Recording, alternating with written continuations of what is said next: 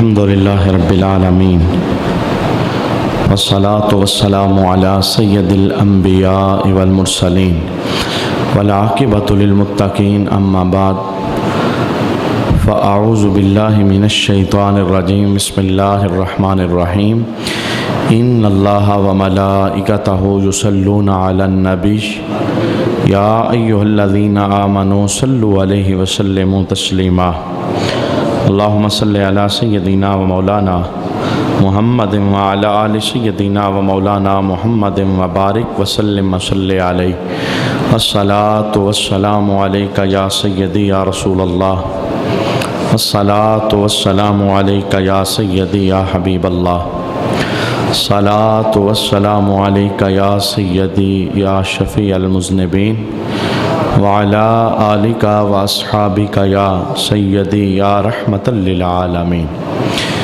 بعد از حمد و صلاۃ لائق عزت و تکریم جمیع احباب سامعین عالی وقار، پچھلے درس کی محفل کے اندر اس عنوان پر ہم نے گفتگو کا آغاز کیا تھا۔ رسول رحمت صلی اللہ علیہ وآلہ وسلم نے ان اعمال کی جانب ہماری توجہ دلائی جن کی وجہ سے قیامت کے دن نیکیوں میں اضافہ ہوگا، نیکیوں والا پلڑا باری ہو جائے گا اور پھر جزا میں اللہ جنت عطا فرمائے گا۔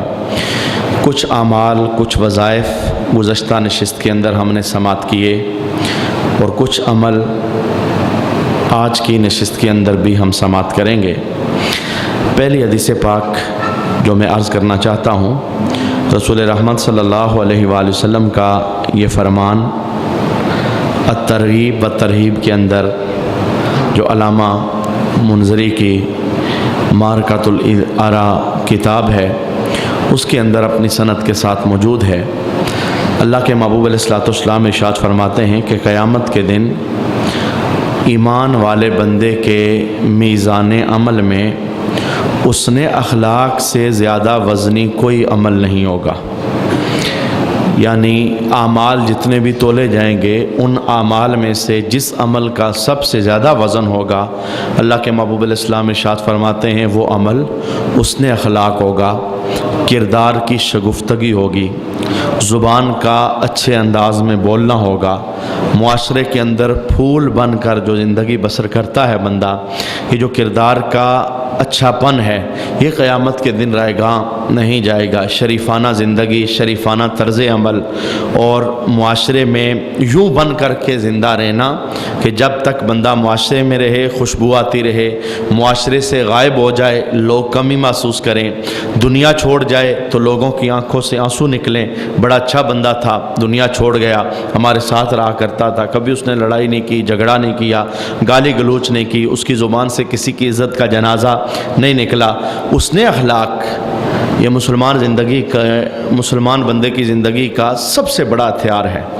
اور آپ اس بات کو جانتے ہیں کہ اللہ نے یہ جو مذہب اسلام کی روشنیاں چاروں جانب پھیلائی ہیں، شرق و غرب کے اندر اسلام کے چرچے ہوئے، شمال و جنوب کے اندر اسلام کے چرچے ہوئے، اور مختصر سی زندگی کے اندر میرے محبوب علیہ السلام کے جو زندگی کے پہلے 40 سال ہیں سرکار علیہ السلام نے کوئی تبلیغ نہیں کی۔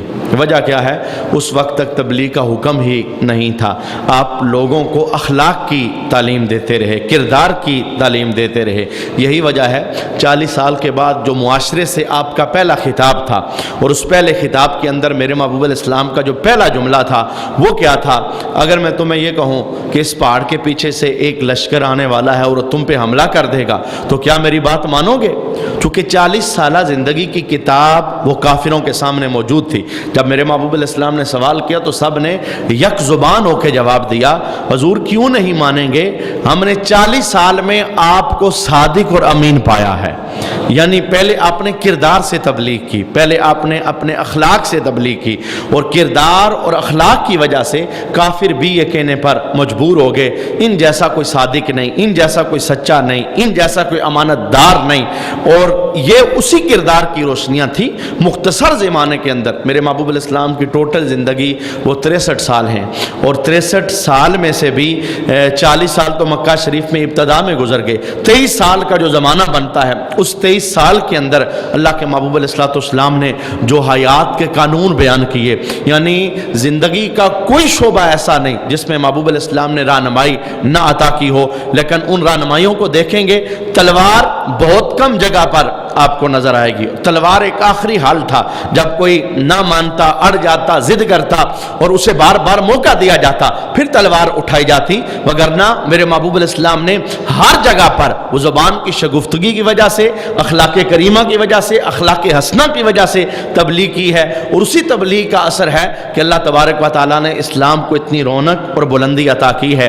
اور محبوب علیہ السلام یہی چاہتے ہیں کہ جو میرا کلمہ پڑھنے والا ہے وہ نمازی بھی ہو، حاجی بھی ہو، قرآن کا قاری بھی ہو، وہ تہجد گزار بھی ہو، تقوی دار بھی ہو، لیکن ساتھ ساتھ اس کی زندگی کے اندر اخلاق کا نور ہونا چاہیے، کردار کی شگفتگی ہونی چاہیے، وہ معاشرے کا ایک بہترین فرد ہونا چاہیے، وہ جس سوسائٹی اور ماحول کے اندر رہتا ہے اس کی خوشبو اردا گرد پھیلنی چاہیے۔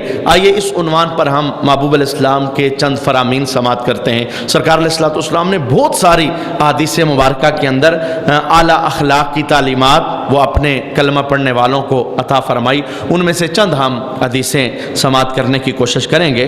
اللہ کے محبوب علیہ السلام ارشاد فرماتے ہیں، رسول اللہ صلی اللہ علیہ وآلہ وسلم سے اس عمل کے متعلق سوال کیا گیا، صحابہ حاضر تھے تو پوچھا گیا حضور یہ بتائیے کہ کون سا عمل ہے جس کی وجہ سے لوگ کثرت کے ساتھ جنت میں جائیں گے؟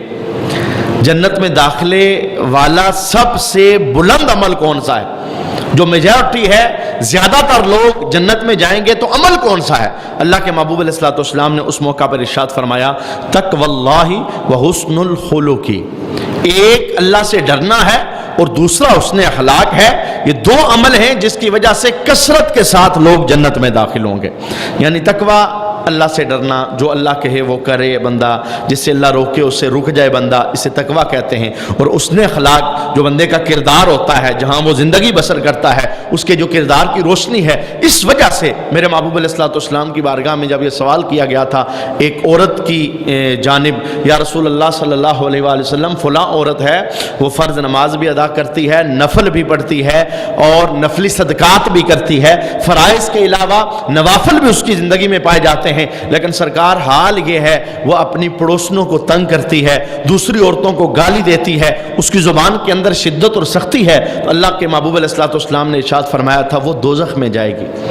نمازی ہے، 5 وقت کی نمازی ہے، صرف نمازی نہیں ہے، تہجد گزار بھی ہے، اور صرف زکوٰۃ نہیں دیتی، نفلی صدقے بھی دیتی ہے، لیکن زبان میں شدت ہے، سختی ہے، گالیاں دیتی ہے، اپنی پڑوسن عورتوں کو تنگ کرتی ہے۔ میرے محبوب علیہ السلام نے فرمایا یہ ساری چیزیں ایک جانب ہیں، لیکن اس کے جو یہ بد اخلاقی والا عمل ہے اس کی وجہ سے وہ دوزخ کے اندر جائے گی۔ پھر صحابہ نے سوال کیا حضور فلاں عورت ہے، وہ صرف فرائض ادا کرتی ہے، نفلی صدقات بھی نہیں ہیں، نفلی نمازیں بھی نہیں ہیں، لیکن ساتھ اس میں یہ خوبی ہے کہ اس کی زبان بڑی شستہ ہے، وہ زبان سے کسی کو تنگ نہیں کرتی، گھر میں ہو تو گھر میں، محلے میں ہو تو محلے میں، اس عورت کی زبان سے گالی گلوچ، لڑائی جھگڑا نہیں ہوتا، اور اخلاق اللہ نے اسے عطا کیے ہیں۔ محبوب علیہ السلام نے اس عورت کے متعلق فرمایا تھا اللہ نے اخلاق کی بلندی کی وجہ سے اس عورت کو جنت عطا فرمائی ہے۔ یعنی معاشرے کے اندر رہتے ہوئے جو کردار کا شگفتہ پن ہوتا ہے یہ بہت بڑا اثر رکھتا ہے۔ ہم جس محلے میں زندگی بسر کرتے ہیں صرف ہمارا حال نہیں، اگر صحابہ بھی ہوں تو صحابہ بھی ایک دوسرے کے متعلق جملے بولا کرتے تھے، جنازے اٹھتے نا تو صحابہ بھی جملے بولتے، بھئی ایسا جا رہا ہے، اچھا ہوتا تو اچھا کہا جاتا، برا ہوتا تو برا کہا جاتا۔ ہمارے ہاں بھی لوگ معاف نہیں کرتے، زبانوں پر تالے نہیں لگائے جا سکتے، لوگ بول دیتے ہیں اپنی زبان سے، اچھا ہو تو اچھائی بول دیتے ہیں، کسی کو نہیں روکا جا سکتا، برا ہو تو لوگ برائی بول دیتے ہیں، حالانکہ نہیں بولنی چاہیے۔ لیکن سمجھانے کے لیے اللہ کے محبوب علیہ السلام کھڑے تھے ایک جگہ پر، جنازہ آپ کے سامنے سے گزرا تو لوگوں نے اس جنازے کے متعلق کہا حضور اچھا نہیں تھا، کردار اس کا ٹھیک نہیں تھا، معاشرے کو تنگ کرنے والا بندہ تھا۔ جنازہ گزر گیا، میرے محبوب علیہ السلام نے فرمایا واجب ہو گئی۔ کچھ دیر بعد ایک اور جنازہ آیا، لوگوں نے اس کی بڑی تعریف کی، حضور بڑا اچھا تھا، کردار بڑا شستہ تھا، بہت نیک بندہ تھا، بہت اخلاق رکھنے والا بندہ تھا۔ میرے محبوب علیہ السلام نے فرمایا واجب ہو گئی۔ صحابہ نے پوچھا حضور جو پہلا جنازہ تھا ہم نے کہا برا ہے، آپ نے کہا واجب ہو گئی، یہ جو دوسرا آیا ہم نے پھر کہا اچھا ہے، آپ نے کہا واجب ہوگی۔ حضور فرمانے لگے انتم شہداء اللہ فی الارض، تم زمین پر اللہ کے گواہ ہو معاشرے میں رہتے ہوئے، جو اچھا ہوتا ہے جب تم اس کے متعلق اچھا کہتے ہو تو اللہ بھی اپنے ہاں سے اچھا ہی لکھ دیتا ہے، اور جس کا کردار اچھا نہیں ہوتا اور اس کی برائی لوگوں کی زبان سے نکلتی ہے، جس طرح کا کردار ہوتا ہے لوگ پھر اس طرح کا اپنی زبان سے اظہار کرتے ہیں، تو وہ اللہ کے ہاں بھی ویسے ہی لکھ دیا جاتا ہے۔ لہٰذا زندگی میں رہتے ہوئے بندے کو زندگی بہت سوچ سمجھ کر اور پھونک پھونک کر قدم اسے رکھنا پڑتا ہے۔ مختصر سی زندگی ہے، لیکن اس زندگی کے اندر اگر بندہ کالے داغ چھوڑتا چلا جائے اور اپنے نامہ اعمال کو کالا کرتا جائے، گھر میں آئے تو گھر والوں کی خیر نہیں، محلے میں آئے تو محلے والوں کی خیر نہیں، مسجد آ جائے تو مسجد والوں کی خیر نہیں، یعنی اتنا شدت والا بندہ ہو اور اس کی زبان کے اندر اتنی سختی ہو، ایسا بندہ کامیاب بندہ نہیں ہے۔ جب محبوب علیہ السلام سے پوچھا گیا اکثر اعمال کون سے ہیں جو جنت لے جاتے ہیں، تو حضور نے کہا ایک تو اللہ سے ڈرنا ہے اور دوسرا تقویٰ ہے۔ پھر صحابہ نے سوال کیا حضور وہ کون سے عمل ہیں جو زیادہ دوزخ میں لے جاتے ہیں، یعنی جو دوزخ میں جانے والے لوگ ہوں گے ان میں سے اکثریت کن لوگوں کی ہوگی، کون سے ہوں گے؟ محبوب علیہ السلام نے اس موقع پر بھی دو جملے ارشاد فرمائے۔ حضور فرمانے لگے الفم والفرج، ایک زبان ہے اور ایک شرمگاہ ہے۔ زبان سے جھوٹ بھی نکلتا ہے، غیبت بھی ہوتی ہے، گالی گلوچ بھی ہوتا ہے، لڑائی جھگڑا بھی ہوتا ہے، دل توڑا بھی جاتا ہے، عزتوں کو تار تار بھی کیا جاتا ہے۔ یہ زبان سے صادر ہونے والے سارے گناہ ہیں۔ میرے محبوب علیہ السلام نے فرمایا دوزخ کے اندر جو لوگوں کی کثرت ہوگی اکثریت ان کی ہوگی جن کی زبان یوں گندی ہوتی ہے اور جن کی زبان سے گند نکلتا رہتا ہے، اور دوسرا وہ لوگ جو اپنی شرمگاہ کی حفاظت نہیں کرتے، ان کے متعلق میرے محبوب علیہ السلام نے فرمایا کثرت کے ساتھ شرمگاہ کی حفاظت نہ کرنے والوں کو دوزخ کے اندر ڈالا جائے گا۔ اللہ تبارک و تعالیٰ دونوں معاملات میں اپنی پناہ عطا فرمائے اور حفاظت عطا فرمائے۔ آئیے ہم تیسری حدیث پاک سماعت کرتے ہیں۔ رسول اللہ صلی اللہ علیہ وآلہ وسلم ارشاد فرماتے ہیں کہ بندہ اپنے حسن اخلاق کی وجہ سے آخرت کے عظیم درجات اور بلند منزلیں پا لیتا ہے، حالانکہ عبادت میں بڑا کمزور ہوتا ہے، نفلی باتیں نہیں کر سکتا، تسبیحاں نہیں چلا سکتا، جہاد نہیں کر سکتا، راتوں کو اٹھ کے رو دو نہیں سکتا، لیکن اخلاق اس کے بڑے اچھے ہوئے۔ زبان اللہ تبارک و تعالیٰ نے بڑی اسے نرم عطا فرمائی ہے، تو میرے محبوب علیہ السلام فرماتے ہیں اعلیٰ اخلاق کی وجہ سے بندہ جنت کی اعلیٰ منزلیں لے لیتا ہے، عبادتوں میں کمزور ہوتا ہے، لیکن اخلاق ایسی چیز ہے کہ اخلاق بندے کو جنت میں اعلیٰ مرتبے اور مقام عطا فرما دیتی ہے۔ چوتھی حدیث پاک جس کے اندر رسول رحمت صلی اللہ علیہ وآلہ وسلم نے ارشاد فرمایا کیا میں تمہیں آسان ترین اور جسم کے لیے ہلکی پھلکی عبادت نہ بتا دوں؟ عبادتوں میں مشقت کا سامنا کرنا پڑتا ہے، حج کرنا ہے تو بڑی مشقت ہے حج کرنے میں، جہاد کرنا ہے تو بڑی مشقت ہے جہاد کرنے کے اندر، ایسے ہی نماز ادا کرنی ہے تو نماز میں بھی بڑی مشقت ہے، نفلی عبادات کرنی ہے تو راتوں کو اٹھنا ہے بڑی مشقت ہے، لیکن محبوب علیہ السلام کی حدیث کے لفظ کیا تھے؟ کیا میں تمہیں ایسی عبادت نہ بتاؤں جو جسم کے لیے بالکل ہلکی پھلکی ہے، مشقت اس میں نہیں ہے، تردد اس میں نہیں ہے، تکلیف اس میں نہیں ہے؟ صحابہ نے عرض کیا رسول اللہ صلی اللہ علیہ وآلہ وسلم ارشاد فرمائیے ہلکی پھلکی عبادت جو جسم کے لیے ہے وہ کون سی ہے، اور ہے بھی ایسی کہ اس کے اندر ثواب بہت زیادہ ہے، اجر بہت زیادہ ہے؟ تو اللہ کے محبوب علیہ السلام ارشاد فرمانے لگے وہ دو چیزیں ہیں، الصمت و حسن الخلق، ایک تو وہ خاموشی ہے اور ایک حسن اخلاق ہے۔ ان دونوں کے لیے مشقت نہیں بندے کو کرنا پڑتی، مجاہدہ کرنا پڑتا ہے، اپنی زبان کو کنٹرول میں رکھنے کے لیے مجاہدہ بندے کو کرنا پڑتا ہے، بار بار اپنا محاسبہ کرنا پڑتا ہے، اپنے حسن اخلاق کو بہتر کرنے کے لیے مشق کرنا پڑتی ہے، بار بار اپنی زندگی کو چیک کرنا پڑتا ہے، لیکن اس کے لیے جسم کو کسی مشقت میں ڈالا جائے ایسا نہیں ہے۔ محبوب علیہ السلام فرماتے ہیں جسم کے لیے بلکہ بڑی ہلکی سی عبادت ہے، لیکن جب نامہ اعمال میں اس عبادت کو تولا جائے گا تو اجر اللہ سب سے زیادہ عطا فرمائے گا۔ چونکہ ہمارا عنوان یہ تھا کون سے اعمال ہیں جن کی وجہ سے نامہ اعمال میں نیکیوں میں اضافہ ہوتا ہے، نیکیوں کا بوجھ بہت زیادہ ہو جاتا ہے، تو ان میں سے ایک عمل آج ہم نے سماعت کیا۔ رسول اللہ صلی اللہ علیہ وآلہ وسلم ارشاد فرماتے ہیں کہ حسن اخلاق جیسا عمل وہ ایمان والے کی زندگی میں اور کوئی نہیں۔ ابو ذر غفاری رضی اللہ تعالیٰ عنہ کہتے ہیں کہ میں حضور کے دربار میں حاضر تھا تو اللہ کے محبوب علیہ السلام نے مجھے 3 باتوں کا حکم ارشاد فرمایا. تینوں باتیں دل کی تختی پر لکھنے والی ہیں. پہلی بات کیا تھی؟ ابو ذر کہتے ہیں حضور علیہ السلام نے فرمایا یا ابا ذر لا اکلک التدبیر، میں تمہیں نصیحت کرتا ہوں لا اکلک التدبیر، معاملات میں غور و فکر جیسی کوئی عقل مندی نہیں. کوئی بھی آپ کام کرنا چاہتے ہیں اس پہ غور و فکر کرنا، جلد بازی نہ کرنا، کام کرنے سے پہلے بہت دفعہ سوچ لینا، کسی کے ساتھ مشورہ کر لینا. حضور علیہ السلام ارشاد فرماتے ہیں یہ سب سے بڑی عقل مندی ہے. جب بندہ منظم ہو کے کام کرتا ہے، معاملات کے اندر غور و فکر کرتا ہے، تو اسے بعد میں پشیمانی کا سامنا نہیں کرنا پڑتا.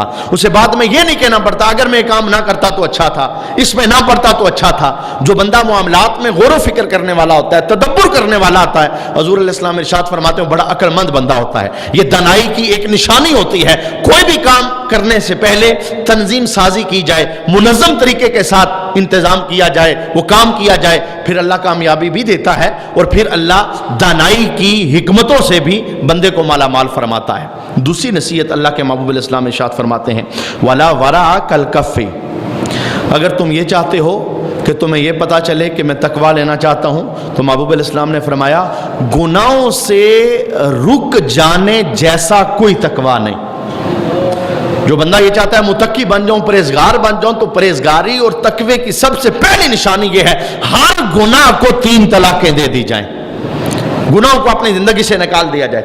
بے نماز ہونے کا گناہ ہے تو اسے نکال دیا جائے، آنکھ گندی ہے تو اسے نکال دیا جائے، کان گندے ہوتے ہیں تو اسے نکال دیا جائے، حرام خوری زندگی میں آ چکی ہے تو اسے نکال دیا جائے، سود کی لعنت میں ملوث ہے بندہ اسے نکال دیا جائے. میرے محبوب فرماتے ہیں تقوی کی تعریف یہ ہے کوئی بندہ متقی بننا چاہتا ہے، تقوی کی اعلیٰ منزل لینا چاہتا ہے، گناہ سے رک جانے کے علاوہ کوئی تقوی نہیں ہے. جب بندہ گناہوں سے رک جاتا ہے تو وہی بندہ متقی ہوتا ہے، وہی بندہ پرہیزگار ہوتا ہے. یعنی یہ تقوی کی تعریف اللہ کے محبوب علیہ السلام نے ارشاد فرمائی.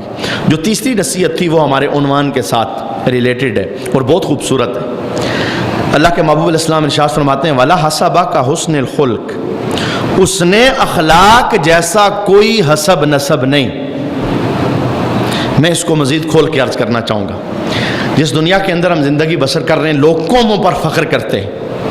یہ راجہ صاحب ہیں، یہ ملک صاحب ہیں، یہ چودھری صاحب ہیں، جتنی بھی قومیں ہمارے ہاں پائی جاتی ہیں، قوموں پر تفخر ہوتا ہے اور پھر بعض اوقات اس تفخر کو لفظوں میں بیان بھی کیا جاتا ہے اور بعض اوقات معاملات ایسے بنتے ہیں کسی کو ڈیگریڈ بھی قوموں کی وجہ سے کر دیا جاتا ہے. اللہ کے محبوب علیہ السلام فرماتے ہیں میں تمہیں بتانا چاہتا ہوں اسب کس کا سب سے اونچا ہے، نسب کس کا سب سے اونچا ہے، قوم کس کی سب سے اونچی ہے. حضور فرماتے ہیں کچی کوٹھی کے اندر بھی رہنے والا ہو لیکن زبان اچھی ہو، کردار اچھا ہو، اخلاق اچھا ہو، میں محمد کہتا ہوں اللہ نے سب سے اونچا اسے حسب نسب عطا فرمایا.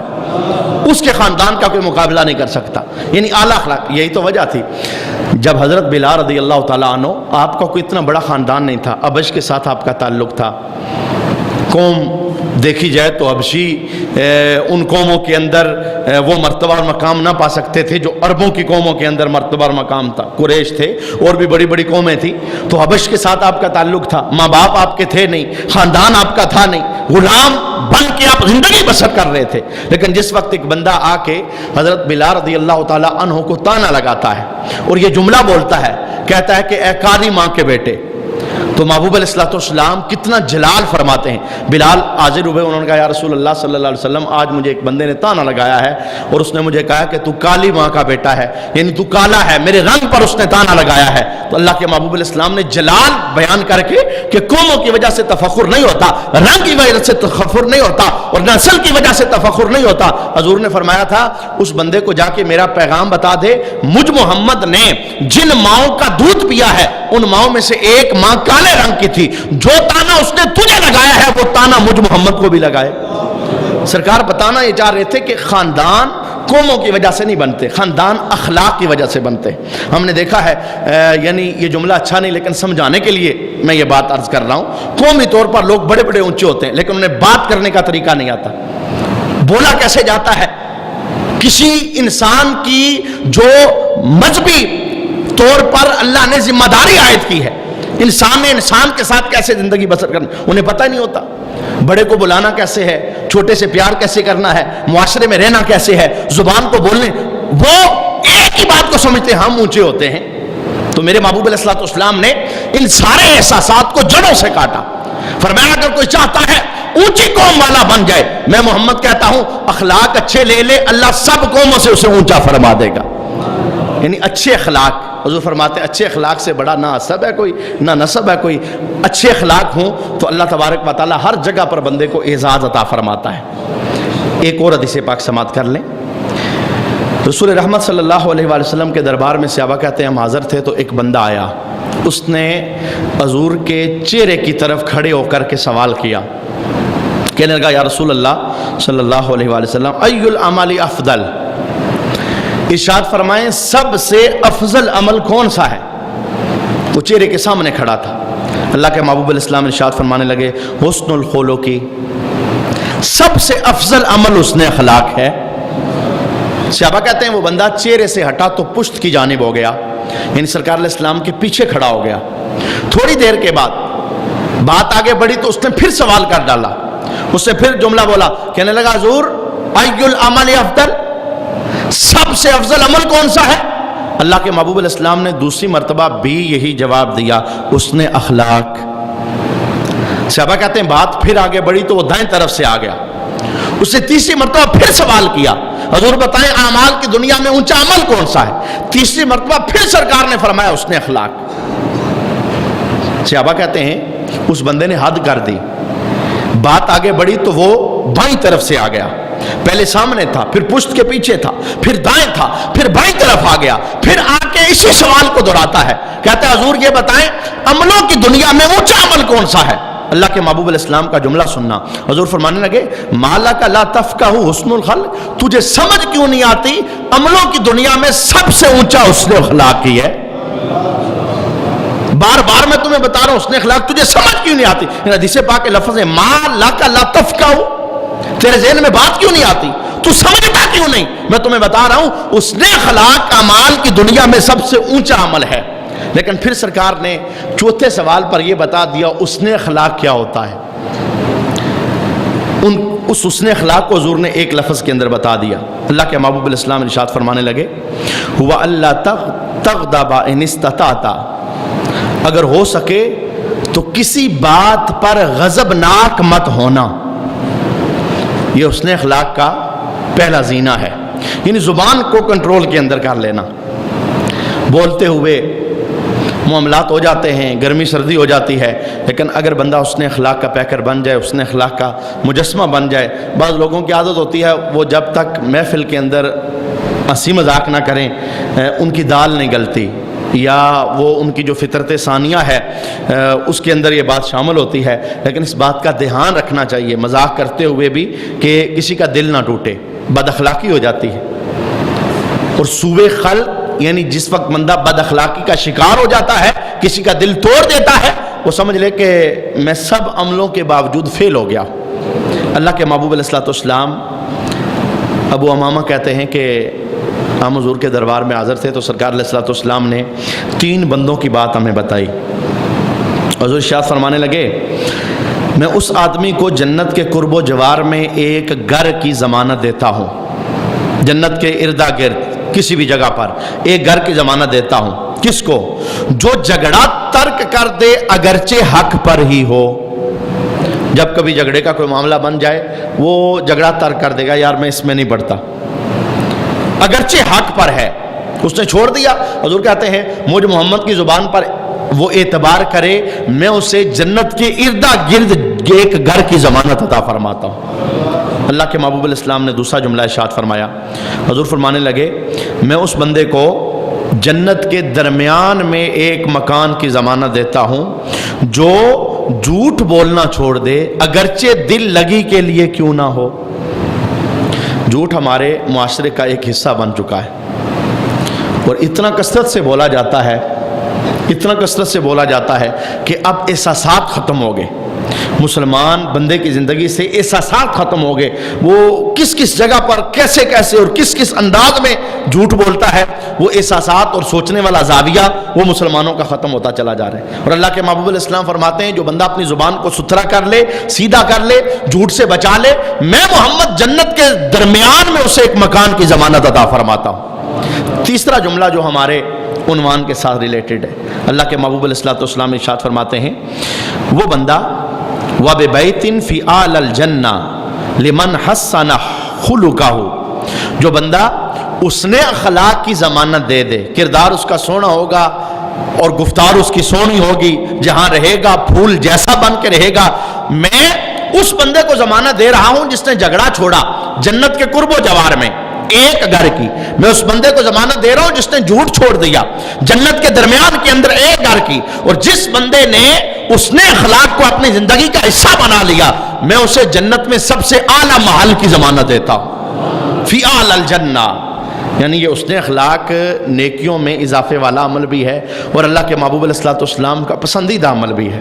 کئی مرتبہ ایسا ہوا، آپ سیرت کی کتابیں اگر پڑھنے کا آپ کو شغف ہو تو حضور علیہ السلام کی مبارک سیرت کو پڑھیے، ہر دوسرے صفحے پر آپ کو حضور کا کوئی نہ کوئی اخلاق نظر آئے گا، ہر دوسرے صفحے پر۔ یہی تو وجہ تھی، جس کو بھی محبوب علیہ السلام نے اپنا اخلاق دکھایا ہے اللہ نے اس کے دل کو دھویا ہے اور اسلام کے لیے اسے قبول فرما لیا ہے۔ یہ دیکھیے جب محبوب علیہ السلام صحابہ کے جرمٹ میں بیٹھے، صحابہ کہتے ہیں ہمیں ایسے کافر کو پکڑ کے لائے جو غلیظ گالیاں حضور کو دیا کرتا تھا، اور ہم سب تہیہ کر چکے تھے کہ جب ملے گا اس کی گردن اتار دیں گے۔ ہم نے اسے گرفتار کر لیا، چونکہ سرکار ہمارے درمیان موجود تھے تو ہم حضور کے دربار میں اسے لے آئے کہ سرکار یہ آپ کا ازلی دشمن، آپ کو گالیاں دینے والا، آپ کو برا بھلا کہنے والا، ہم اسے پکڑ کے آپ کے پاس لے آئے۔ جب حضور کے دربار میں آیا تو سرکار علیہ السلام نے اسے کلمے کی دعوت دی، ایمان قبول کر لے، اسلام قبول کر لے۔ اس نے آگے سے کہا جی ایسے نہیں، آپ مجھے کھلا چھوڑ دیں، چونکہ اسے باندھا گیا تھا، پکڑا گیا تھا، مجھے کھلا چھوڑ دیں۔ صحابہ حضور کی طرف دیکھنے لگے، سرکار نے فرمایا اس کی رسیاں کھول دو، اسے کھلا چھوڑ دو۔ اس نے کہا یوں نہیں، مجھے ادھر نہیں، مجھے 1 مہینے کی مہلت دی جائے، میں جہاں چاہوں جاؤں، پھر میں اس بات پر سوچوں گا کہ میں نے اسلام قبول کرنا ہے یا اسلام قبول نہیں کرنا۔ جب اس نے 1 مہینے کی مہلت مانگی، اپنے دشمن کو کون چھوڑتا ہے، اور دشمن بھی ایسا جو جان کا دشمن بنا ہوا ہے، اور دشمن بھی ایسا جو بات بات پر گالیاں دیتا ہے، بات بات پر کردار کشی کرتا ہے۔ اللہ کے محبوب علیہ السلام سے جب اجازت مانگنے لگا حضور مجھے 1 مہینے کی اجازت دیں، سرکار نے فرمایا جا میں جو تجھے 2 مہینے کی اجازت عطا فرماتا ہوں۔ 2 مہینے کی مہلت ہے، جہاں جی چاہتا ہے چلا جا، جہاں جی چاہتا ہے گھوم جا، پھر واپس میرے پاس آ جا۔ صحابہ کہتے ہیں ابھی 1 مہینہ بھی پورا نہیں ہوا تھا، وہ دشمن پھر حضور کے قدموں میں حاضر ہوا، کہنے لگا سرکار مجھے کلمہ پڑھائے، میں مسلمان ہونا چاہتا ہوں۔ حضور نے اس سے ایک سوال کیا بھئی تمہیں کیا ہوا، جب میں نے تمہیں اسلام کی دعوت دی تھی تو تو نے کہا نہیں مجھے کھلا چھوڑیں، مجھے 1 مہینے کی چھٹی دیں، میں نے تمہیں 2 مہینے کی چھٹی دی، تو 1 مہینے سے پہلے آ گیا، چند دنوں بعد آ گیا۔ اس بندے کا جملہ سننا، کہنے لگا جب آپ نے مجھے اسلام کی دعوت دی میں نے دل میں تہیہ کیا میں یہاں سے جاؤں گا، کریا کریا پھروں گا، بستی بستی جاؤں گا، میں لوگوں کی شخصیتوں کو پڑھنے کی کوشش کروں گا، اگر مجھے آپ سے زیادہ اس نے اخلاق والا ملا میں اس کا دامن تھام لوں گا، لیکن رب کی عزت کی قسم میں شہر شہر اور بستی بستی گیا ہوں، مجھے آپ جیسا اعلیٰ اخلاق والا کوئی میسر نہیں آیا، اس لیے پلٹ کے آیا ہوں، مجھے کلمہ پڑھائیے میں مسلمان ہونا چاہتا ہوں۔ ایک نہیں